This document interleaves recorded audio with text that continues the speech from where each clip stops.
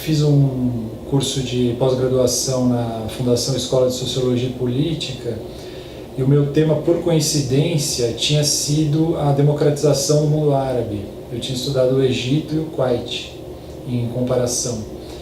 E eu concluí esse curso poucos meses antes do início da Primavera Árabe. Então, quando aconteceu, né, já tendo essa experiência internacional de uma cobertura anterior e tendo esse background de estudo acadêmico a respeito do Egito, eu acabei sendo escolhido para ir para lá. Assim, foi uma experiência bem impactante, né? O Egito é um país autoritário, desde sempre foi autoritário, né, na sua história moderna. E naquele momento o governo e as autoridades estavam sem entender exatamente o que tinha acontecido, né? Eu cheguei no aeroporto do Cairo e assim tinha turistas e outros profissionais separados dentro do saguão do aeroporto por país, né? Bandeira do Canadá e um monte de canadenses, bandeira dos Estados Unidos e um monte de americanos e assim por diante, esperando para ir embora, né? E o jornalista, a gente chega na hora que as pessoas estão fugindo dos lugares, né? Nesse caso de coberturas de crise. E eu não falo árabe, o que é uma dificuldade tremenda numa situação dessa. Uma parte significativa da população egípcia não fala inglês, que é a língua com a qual eu me comuniquei lá, mas enfim, foi possível fazer isso, principalmente depois que eu entrei em contato com outros jornalistas, inclusive brasileiros, da Globo, da Folha, do jornal o Globo, ficou mais fácil fazer a cobertura, né? Mas é uma situação bastante complicada. Você vê a polícia secreta dentro dos hotéis, mesmo hotéis internacionais, né? Nível de violência altíssimo nas ruas, nervos à flor da pele, as pessoas no Oriente Médio como um todo há uma suspeição grande de estrangeiros em momentos de crise, porque acham que pode ser agentes de inteligência, né?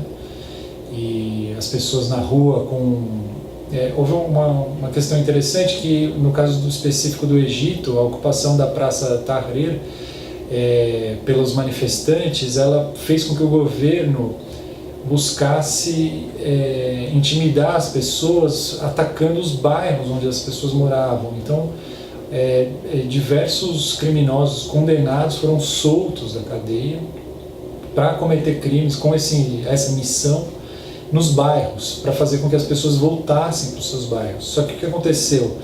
As famílias inteiras se mobilizaram, não só quem estava nas manifestações. Então, por exemplo, em um dos hotéis que eu fiquei, a rua ficava fechada depois do anoitecer por populares. Colocavam cavaletes, pneus para bloquear a entrada de pessoas e armados, né? Eu, com o passaporte brasileiro e a chave do hotel, conseguia transitar por ali. Eles já sabiam quem era, né? Mas enfim, é esse tipo de situação que a gente enfrenta. E ali, uma vez estando na praça, já era um ambiente bem mais seguro, porque os manifestantes tinham esse desejo de que a imprensa internacional visse o que estava acontecendo e transmitisse o que estava acontecendo, né? As placas com as reivindicações eram também escritas em inglês. Então, existia essa necessidade de ser ouvido pelo mundo exterior. Quando você é enviado especial para um lugar, uma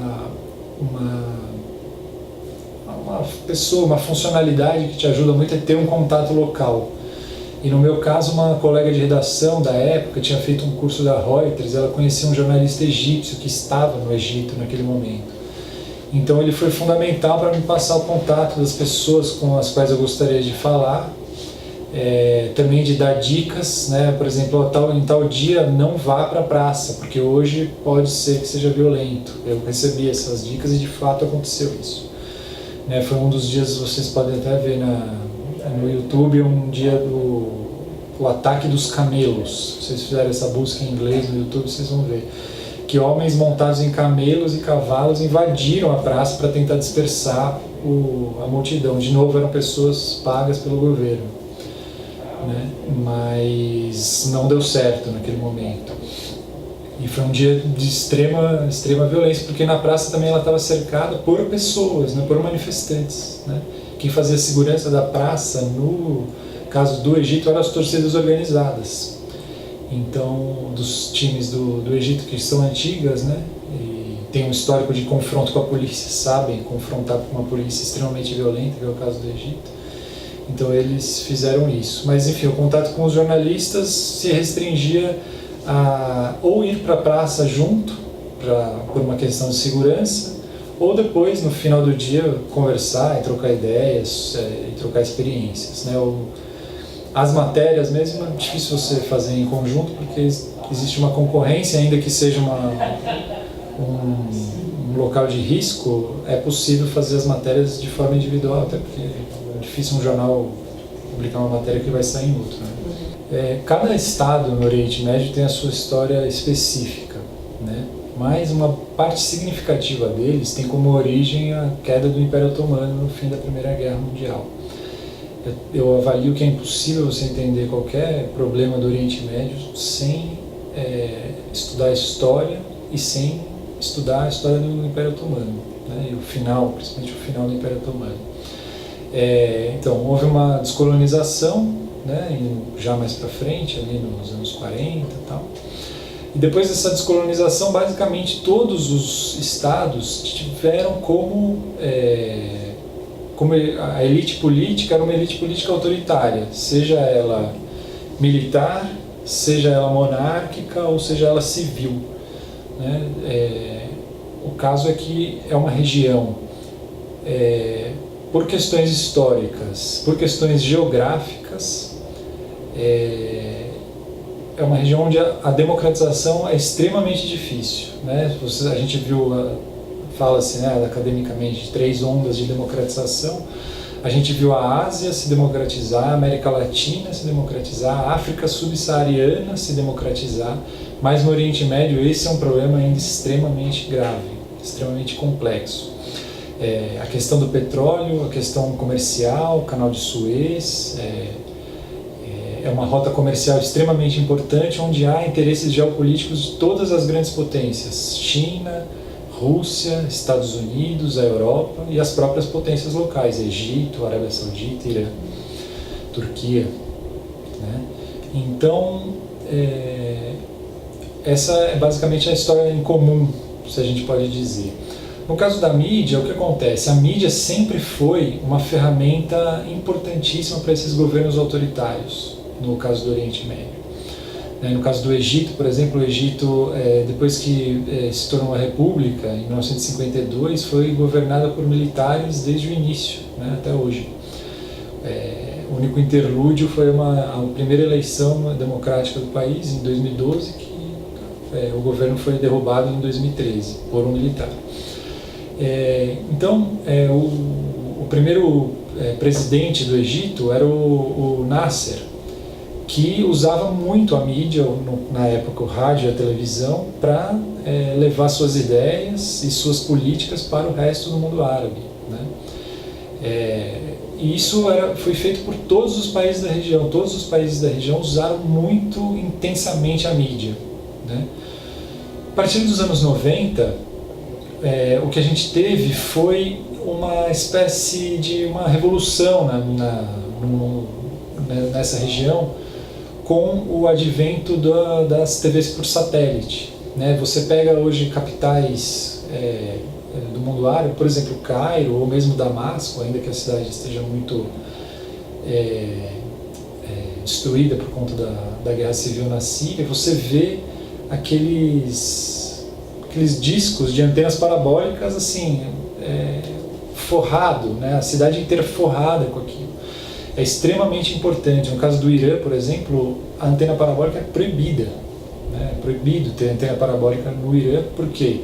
Porque isso vai trazer para as pessoas ideias de fora, políticas de fora, as posições de outros governos, né? Só estou dando esse exemplo do Irã, que não é um país árabe, para mostrar como funcionam as coisas. Mas, enfim, no mundo árabe isso é muito comum, os canais.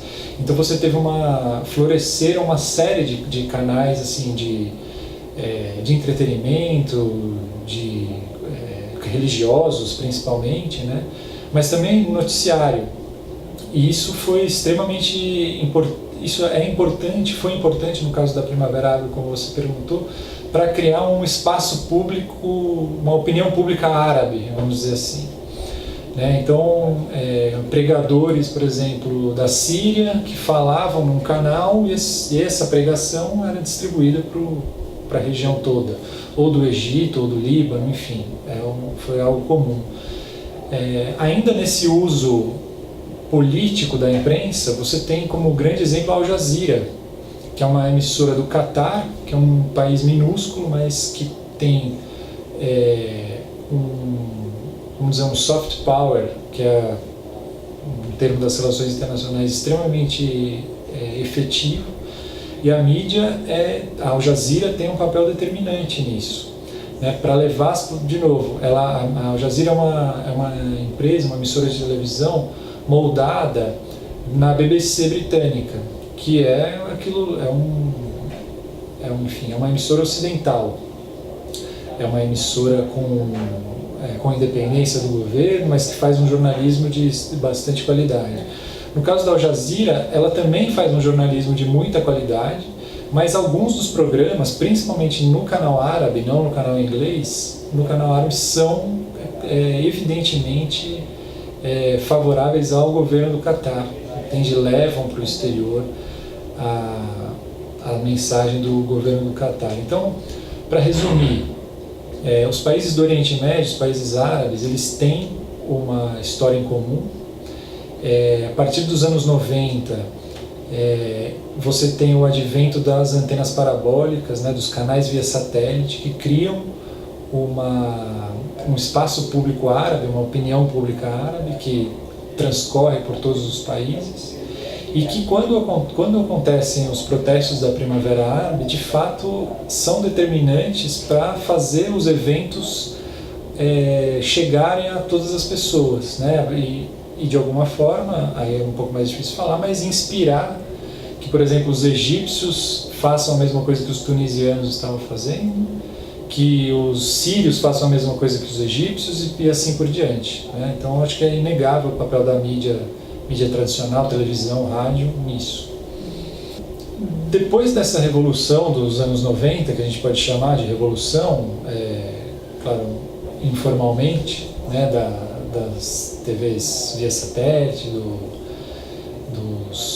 dos canais a cabo não, dos canais via satélite e via antena parabólica, você tem também o advento das redes sociais, que são usadas em muitos países árabes de forma intensa, né?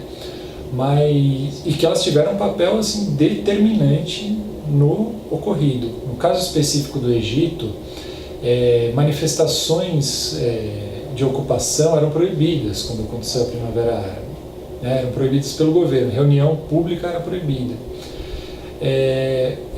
Quando aconteciam, eram rapidamente dispersadas. O que os organizadores do movimento conseguiram inicialmente, né? No caso específico do Egito, uma das páginas de Facebook que serviu de base para a organização era uma página de homenagem a um cidadão que foi assassinado pela polícia em Alexandria, a segunda maior cidade do país. E por ali muitas pessoas se organizaram. Só que essa organização via rede social, eles conseguiram levar para o mundo real, marcando uma reunião física de pessoas na Praça Tahrir, a principal praça do centro do Cairo, para eles se reunirem. Então, eles foram capazes de trazer a organização da rede social para o mundo real, e aquilo foi determinante, né? Então, para dar uma visão geral, as mídias sociais são usadas com afinco pelos cidadãos árabes, e elas foram determinantes na Primavera Árabe, mas ao mesmo tempo é importante lembrar que a Primavera Árabe ocorreu tanto em países com uso extenso de internet, como o Bahrein, por exemplo, onde quase 90% da população tinha internet e, portanto, tinha acesso às redes sociais, quanto em países como a Líbia, em que a internet era muito mais precária, né? Então, as redes sociais, na minha avaliação, elas foram determinantes, mas não de forma exclusiva. Existe, como eu disse antes, essa opinião pública árabe, esse espaço público árabe da mídia tradicional, em que as notícias circulavam, você falar o que estava acontecendo, ainda que fosse uma empresa jornalística que não quisesse falar de política. A hora que um ditador da Tunísia foge para a Arábia Saudita por conta de protestos, se torna impossível que as pessoas não falem sobre isso. Lembrando também que existe a mídia estrangeira, que as pessoas com acesso à internet também têm acesso a ela. Em inglês, espanhol, francês, línguas que são conhecidas por uma parte significativa da população local. E a própria mídia local que também divulgou. Então, essa massificação dos protestos eu acho que tem tudo a ver tanto com a mídia tradicional quanto com as mídias sociais. Os canais estatais do Egito eram estatais, então eles basicamente traziam a versão do governo, Então é difícil fugir disso. Eles não eram públicos, eles eram estatais, o que é uma diferença importante. O Egito também tem jornais estatais, mas também tinha jornais privados. A questão é que num país autoritário, cada jornalista sabe o limite que ele pode ir, as linhas vermelhas que ele pode ou não cruzar. E esse momento de convulsão social no Egito foi um momento em que os próprios jornalistas não sabiam até onde eles poderiam ir. Mas o que a gente viu foi uma série de reportagens que tentavam mostrar qual era a realidade sem, no entanto, pedir a derrubada do governo, o que era uma linha vermelha até então. Então, a mídia repercutia, claro, existia a mídia favorável ao governo, que dizia que aqueles manifestantes eram terroristas, que eram agentes estrangeiros, mas ao mesmo tempo existia uma imprensa até certo ponto livre, que naquele momento usou aquele momento para tentar se libertar ainda mais. No caso do governo Obama, que era o presidente dos Estados Unidos naquele momento, ele ficou entre a cruz e a espada, vamos dizer, porque a aliança dos Estados Unidos com o Egito, com a elite política egípcia, que basicamente é a elite militar egípcia, ela é central na questão securitária dos Estados Unidos no Oriente Médio. Por quê? O principal aliado dos Estados Unidos é Israel. E a paz com Israel foi garantida pelas Forças Armadas do Egito.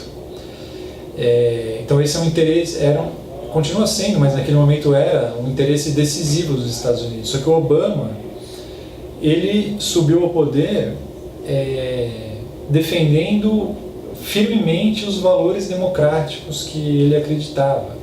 Então o que ele fez naquele momento? Ele, para usar uma expressão que os americanos usam, ele jogou o Mubarak embaixo do ônibus. Porque ele falou num pronunciamento, aí sim, de fato interferindo na realidade, que o Mubarak deveria sair. Foi depois que o Obama falou isso que as Forças Armadas do Egito decidiram afastar o Mubarak. É importante a gente, no caso do Egito, a gente falar, o povo derrubou o Mubarak. Sim, mas não sozinho, porque de fato o que aconteceu no Egito naquele momento foi um golpe palaciano. As Forças Armadas derrubaram o ditador, que era a face do regime, para manter o seu poder político e econômico. Fizeram uma abertura democrática. Quando a abertura seguiu para um caminho que não era conveniente a eles, e eles voltaram ao poder, certo? Mas o que ficou claro no caso do Obama foi que, por exemplo, para a Arábia Saudita, que era a favor do Mubarak, para os próprios militares egípcios, que os Estados Unidos não eram mais um parceiro tão confiável, porque os Estados Unidos estavam trazendo para a sua política externa valores universais de democracia, liberdade, e não aquela temática realista de segurança. Bom, os estrangeiros com certeza consumiram o conteúdo produzido na Primavera Árabe por meio de jornalistas ocidentais, né? Ou jornalistas ou ativistas ocidentais, ou por meio de ativistas locais que falavam em inglês ou francês, né? Nesse caso, as redes sociais acho que tiveram um papel bastante significativo para fazer com que a opinião pública no mundo ocidental visse aquilo como relevante, né? Porque, por exemplo, você tem casos de abusos ocorrendo por parte das forças policiais contra os manifestantes, e aquelas imagens se espalham como fogo e palha, entende? E as redes sociais são determinantes nisso. As pessoas querem saber o que é aquilo, né? Querem saber por que aquilo está acontecendo, o que o seu governo está fazendo por conta daquilo, né? A gente falou um pouco aqui sobre a questão colonial, o orientalismo, como esse pensamento colonial ainda hoje está nas imagens que os europeus e americanos têm do Oriente Médio. E nesse caso ele é bem evidente, é uma espécie. A Primavera Árabe foi para a opinião pública ocidental uma espécie de êxtase. Finalmente eles estão chegando no nosso patamar de civilidade e estão protestando por democracia e liberdade, entende? Sendo que na realidade só não há democracia e liberdade nos países do Oriente Médio porque as elites políticas locais são apoiadas pelas potências ocidentais, entende? Essa é a contradição que o cidadão francês ou americano ou inglês precisa encarar, né? Nesse aspecto cultural, eu não vi tantas diferenças assim entre o Egito e São Paulo, né? Entre o Cairo e São Paulo, para ser mais específico. Basicamente, o meu trabalho na rua era ir para a praça, passar por um bloqueio de civis e tentar encontrar pessoas que falassem inglês para conversar comigo. Não é nada, com um pouco de educação, é uma coisa que você consegue fazer com tranquilidade. Lembrando que a ocupação era um momento de exceção.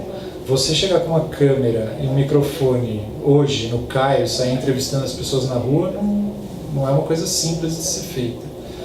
Entende? Sem autorização do governo, né? Nesse caso eu não tinha autorização nenhuma do governo. Eu simplesmente entrei como turista no Egito e fui para a praça fazer as minhas entrevistas, entende? Então, eu não acho que tem algum problema, uma coisa muito grave, a forma como você tem que se comportar.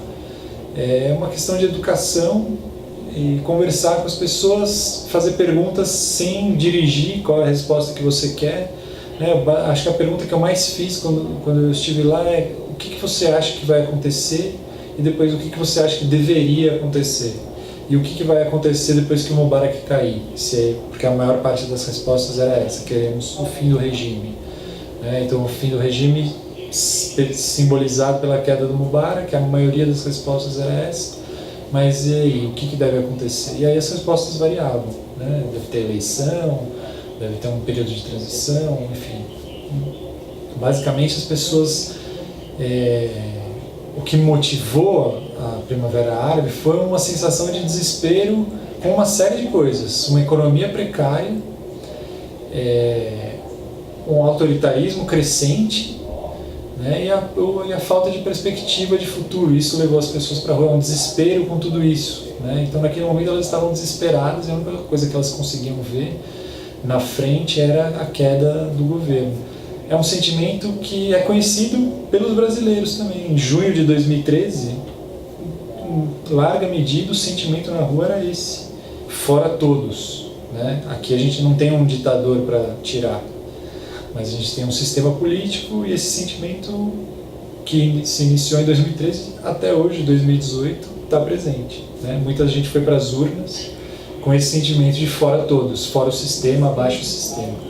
Então acho que não...